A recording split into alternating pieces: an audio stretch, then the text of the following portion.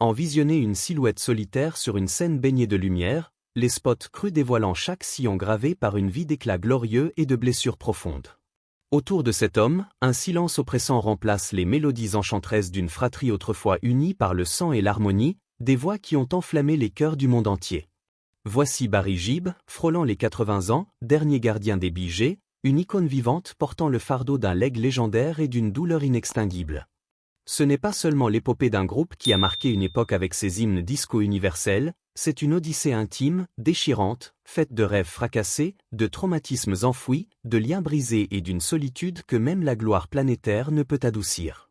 Vous croyez tout savoir des Bee Gees ? Leurs refrains vibrants, leurs costumes étincelants, leur règne sur les années 70 ? Laissez-vous surprendre. Derrière les disques d'or et les foules en liesse se tapit une vérité plus sombre, plus humaine, un récit inédit qui vous poursuivra bien après que la dernière note aura résonné. Alors, avant de plonger dans cette histoire, prenez un instant pour liker cette vidéo si ce voyage dans les coulisses d'une légende vous intrigue déjà. Partagez en commentaire d'où vous regardez et l'heure qu'il est chez vous, j'aime savoir que nous partageons cet instant à travers le globe. Maintenant, installez-vous, peut-être sous une lumière feutrée évoquant un club de jazz d'antan, et embarquons dans la vie de Barry Gibb, une saga de musique, de chagrin et de résilience qui transcende la célébrité. Tout commence dans une ruelle modeste de Douglas, sur l'île de Man, un coin reculé de la Grande-Bretagne d'après-guerre, où les bourrasques de la mer d'Irlande charriaient une âpreté sans concession. Le 1er septembre 1946, Barry Allan Crompton Gibb pousse son premier cri dans la maternité Jane Crookall, un bâtiment austère où les rêves semblaient bien loin des réalités quotidiennes. Ses parents, Hugh et Barbara Gibb, n'étaient pas des nantis, c'étaient des artisans de l'existence, des rêveurs ancrés dans une époque de privation.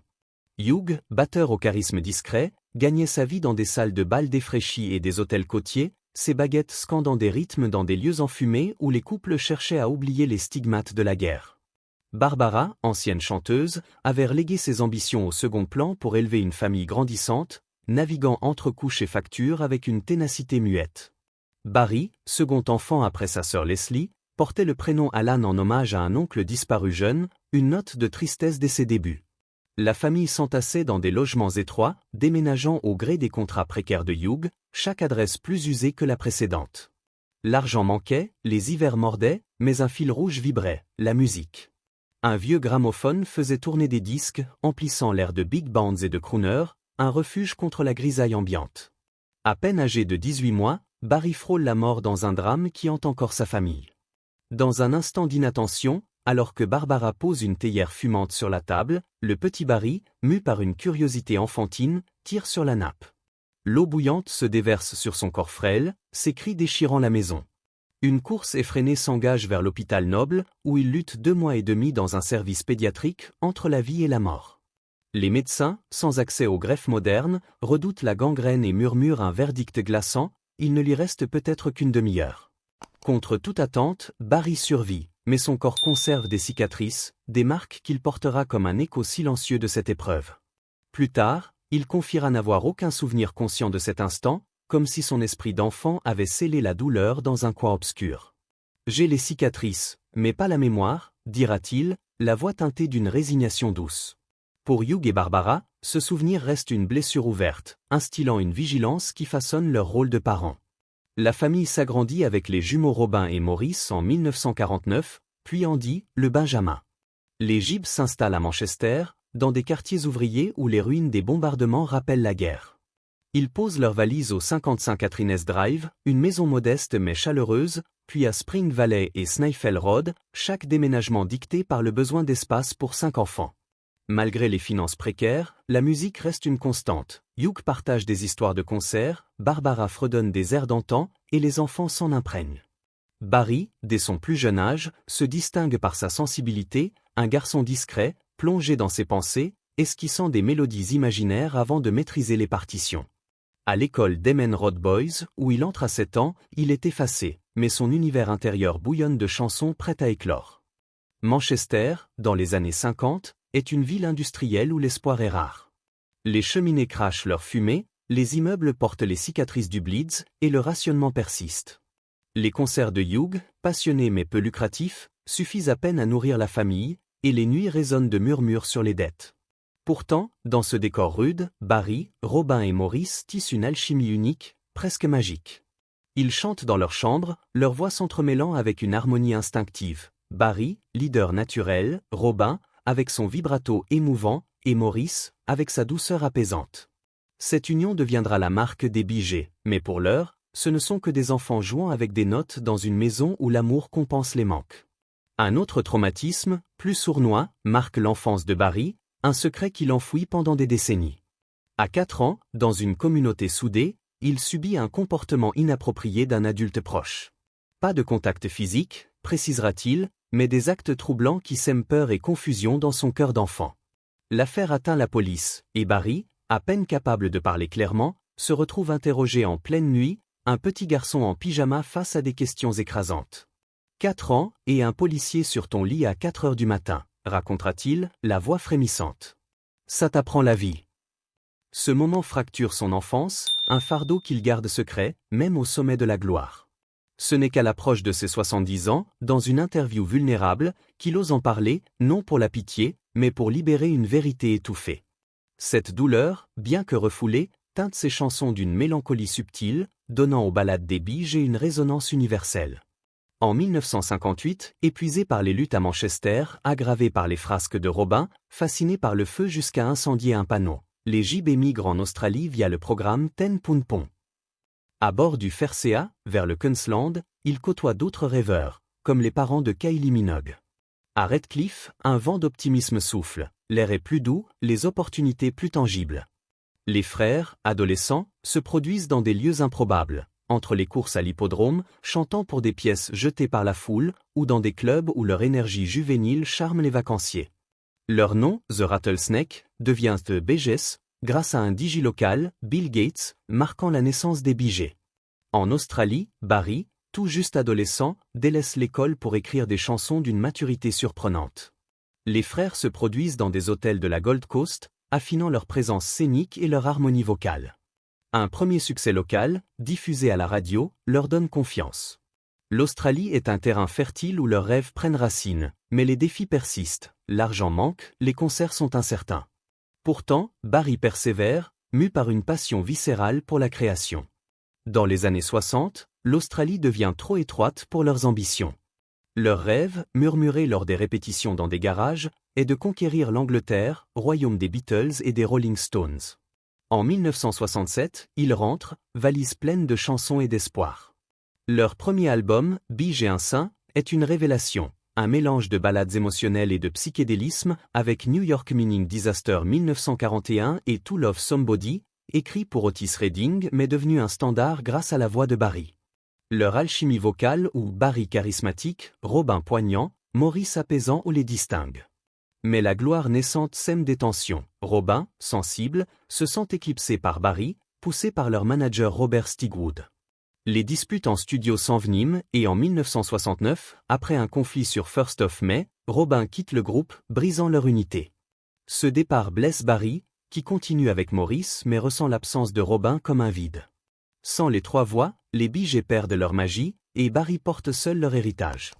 Les années suivantes sont marquées par des projets solos et des efforts pour survivre, mais l'étincelle s'éteint. Robin, malgré un succès modeste, réalise que la magie réside dans leur union. En 1970, ils se retrouvent, non par des excuses, mais par la musique, une harmonie qui guérit. Ce retour précède leur apogée. Le disco, naissant, va les propulser vers l'infini. À la fin des années 70, les Bee Gees sont un phénomène culturel. La bande originale de Saturday Night Fever les hisse au sommet. Stay Alive, Night Fever, How Deep Is Your Love deviennent des hymnes planétaires, définissant l'ère des pistes de danse et des costumes scintillants. Ils vendent des millions d'albums, remplissent des stades, écrivent pour Barbra Streisand et Diana Ross. Mais derrière le glamour, les failles s'élargissent. La pression est écrasante, tournées interminables, enregistrements marathons, attente d'innovation. Maurice sombre dans l'alcoolisme, son humour masquant une dépendance. Robin lutte avec des substances, s'éloignant. Barry, flirtant avec des stimulants pour créer, reste le pilier, tentant d'unir le groupe. Mais les voix, si parfaites sur scène, dissonnent en coulisses. La tragédie frappe en 1988 avec la mort d'Andy, emporté à 30 ans par une inflammation cardiaque aggravée par la toxicomanie. Barry, son protecteur, est dévasté, rongé par l'impuissance. En 2003, Maurice succombe à une complication intestinale, laissant Barry et Robin orphelins. Sans Maurice, les tensions entre Barry et Robin s'amplifient, et en 2012, Robin s'éteint d'un cancer, laissant Barry seul. Chaque frère perdu, c'était quand on ne se parlait plus, confiera-t-il, les larmes aux yeux. C'est mon fardeau. Après Robin, Barry envisage d'abandonner la musique, incapable d'entendre sa voix sans l'écho de ses frères. En 2016, il remonte sur scène à Glastonbury avec Coldplay, chantant Stay Alive comme un hommage hanté.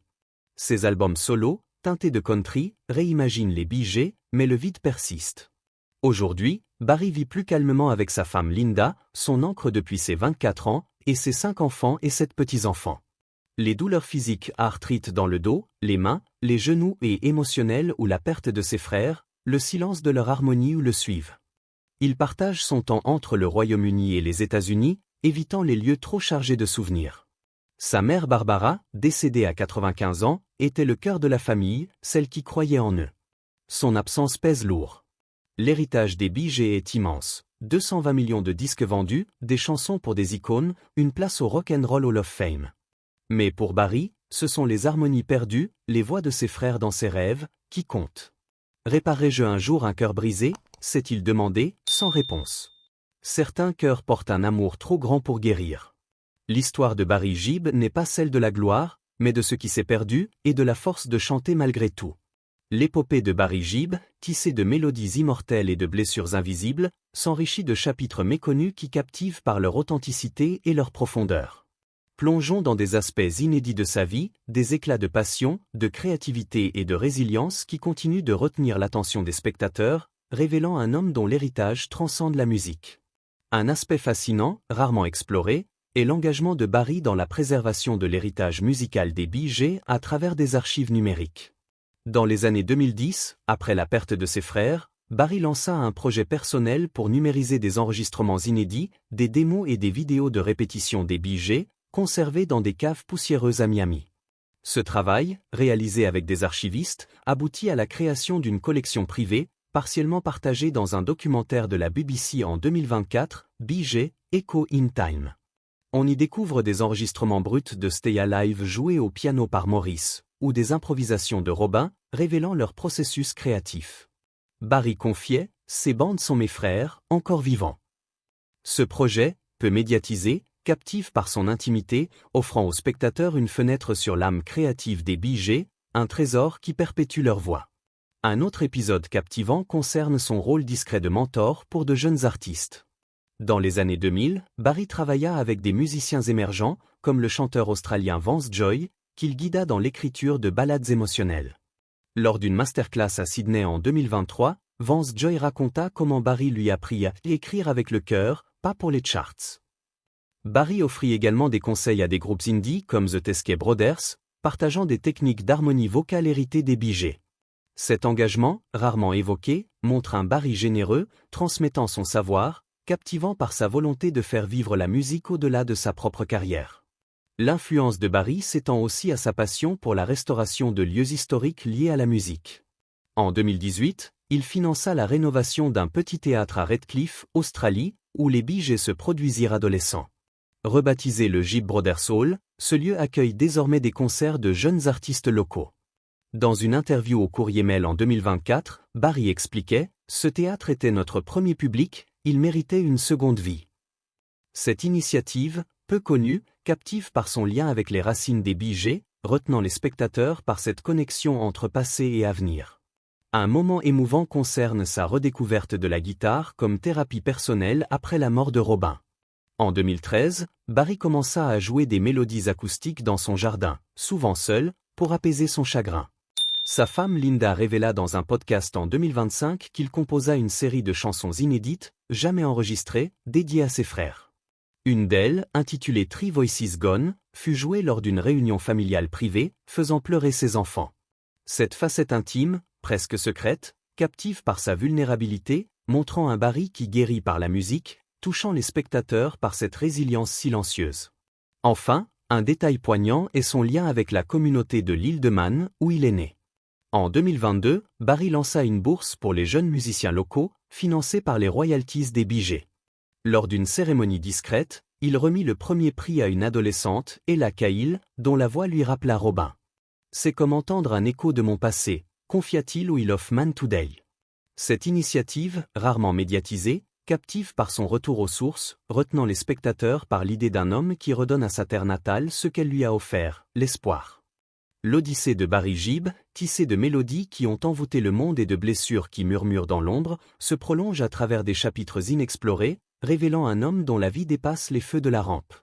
Ces nouvelles facettes, empreintes de passion, de générosité et d'une quête intime de réconciliation, captivent par leur authenticité et leur capacité à résonner avec l'âme des spectateurs, les invitant à plonger plus profondément dans l'histoire d'une légende qui continue de chanter malgré le silence de ses frères.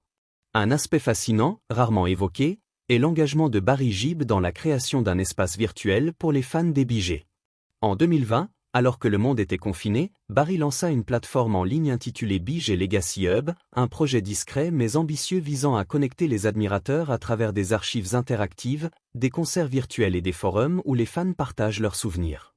Ce site, peu couvert par les médias, propose des enregistrements rares, comme une version acoustique inédite de Massachusetts chantée par les trois frères en 1967, découverte dans une vieille cassette.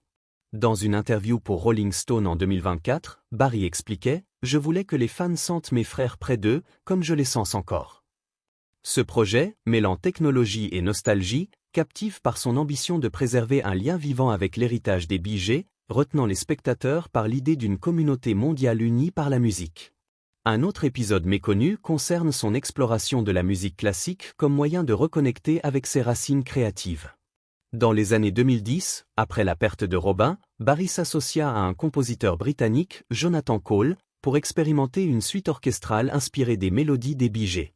Intitulée Harmony in Absence, cette œuvre, jouée en privé lors d'un événement caritatif à Londres en 2023, transforme des titres comme How Deep Is Your Love en mouvements symphoniques. Cole rapporta dans The Guardian que Barry, lors des répétitions, pleurait en entendant les cordes reprendre les harmonies de ses frères. Cette aventure, jamais commercialisée, fascine par son audace artistique, montrant un Barry qui transcende le disco pour explorer des territoires musicaux nouveaux, captivant les spectateurs par cette réinvention inattendue. L'influence de Barry s'étend également à son engagement écologique, un chapitre rarement mis en lumière.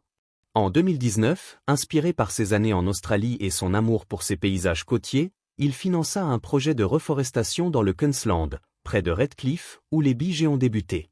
Baptisé Gibb Green Project, ce programme a planté plus de 10 000 arbres pour restaurer des zones touchées par les incendies. Lors d'une visite en 2024, Barry confia au Brisbane Times « Ces arbres sont comme nos chansons, ils grandissent pour les générations futures ». Cette initiative, peu médiatisée, captive par son lien entre l'homme et la nature, retenant l'attention des spectateurs par cette facette altruiste d'une star mondiale. Un moment émouvant concerne sa correspondance secrète avec des fans en détresse. Dans les années 2000, Barry répondit personnellement à des lettres de fans partageant leur lutte, souvent liées à des pertes personnelles.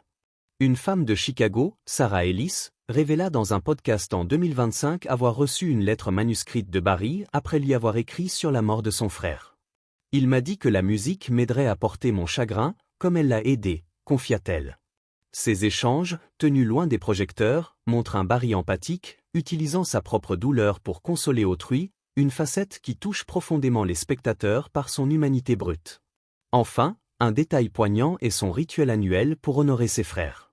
Chaque 1er septembre, jour de son anniversaire, Barry organise une soirée privée dans son studio à Miami, où il écoute des enregistrements inédits des Bee Gees avec sa famille.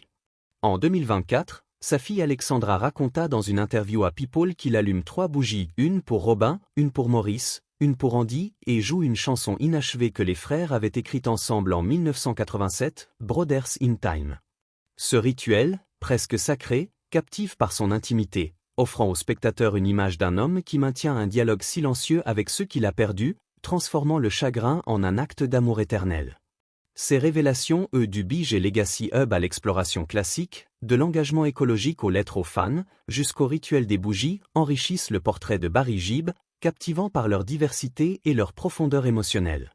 Elles dévoilent un homme qui, malgré la solitude, continue de tisser des liens avec le monde à travers la musique, la mémoire et la générosité, invitant les spectateurs à redécouvrir une légende dont chaque geste résonne comme une note d'espoir. Ses révélations au des archives numérisées à son mentorat, de la restauration de lieux à la guitare thérapeutique, jusqu'à son soutien à l'île de Man, tisse un portrait plus riche de Barry Gibb, captivant par la diversité de ses passions et la profondeur de son humanité, invitant les spectateurs à redécouvrir une légende dont chaque note porte une histoire.